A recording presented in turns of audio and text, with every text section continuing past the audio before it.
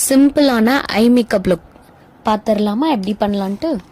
என் ஐஸை மட்டும் ஒரு wet wipes வச்சு நான் க்ளீன் பண்ணிக்கிறேன். நெக்ஸ்ட் என்னோட ஸ்பூலி ப்ரஷ் வச்சு என்னோட அன்ஈவனாக இருக்கிற ப்ரோஸ் எல்லாம் நான் கரெக்ட் பண்ணி ஈவன் ஆக்கிக்கிறேன்.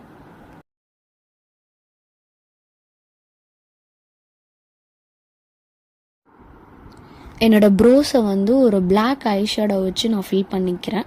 ஆர் நீங்கள் ஜெல் டைப் கூட யூஸ் பண்ணிக்கலாம். ஃப்ரண்ட் சைடில் உள்ள ப்ரோஸை வந்து நான் அப் சைடில் ஃபில் பண்ணிக்கிறேன்.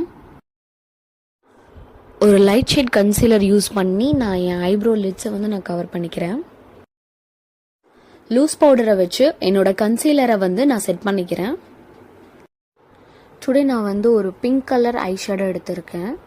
ஸோ அதை வந்து உங்களோட க்ரீஸ் லைனுக்கு கொஞ்சம் அப்பராக இருக்கிற மாதிரி கொஞ்சம் நான் வந்து ஷேட் மாதிரி கொடுத்துக்கிறேன். கொஞ்சம் லிட்டில் பிட் ஆஃப் கன்சீலரை வந்து நான் என்னோட ஐபாலோட சென்டரில் வச்சுக்கிறேன். ஸோ அதில் தான் நம்ம வந்து ஷிம்மர் வந்து அப்ளை பண்ண போகிறோம். ஓகேங்களா? மோஸ்ட்லி ஹேண்ட்ஸில் யூஸ் பண்ணால் இது வந்து ரொம்ப பெட்டரான ரிசல்ட்ஸ் கிடைக்கும்.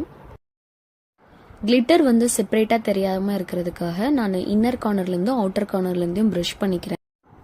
போத் சைடும் கம்ப்ளீட் பண்ணதுக்கப்புறமா லேஷ் கர்லரில் வச்சு நான் என்னோட லேஷஸை வந்து கர்ல் பண்ணிக்கிறேன்.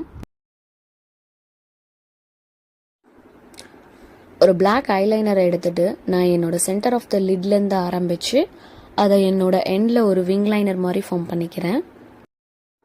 ஒரு பிளாக் கலர் காஜல் எடுத்து என்னோட வாட்டர் லைன் அண்ட் என்னோட அண்டர் ஐலையும் நான் வந்து லைட்டாக ஸ்மச் பண்ணிக்கிறேன்.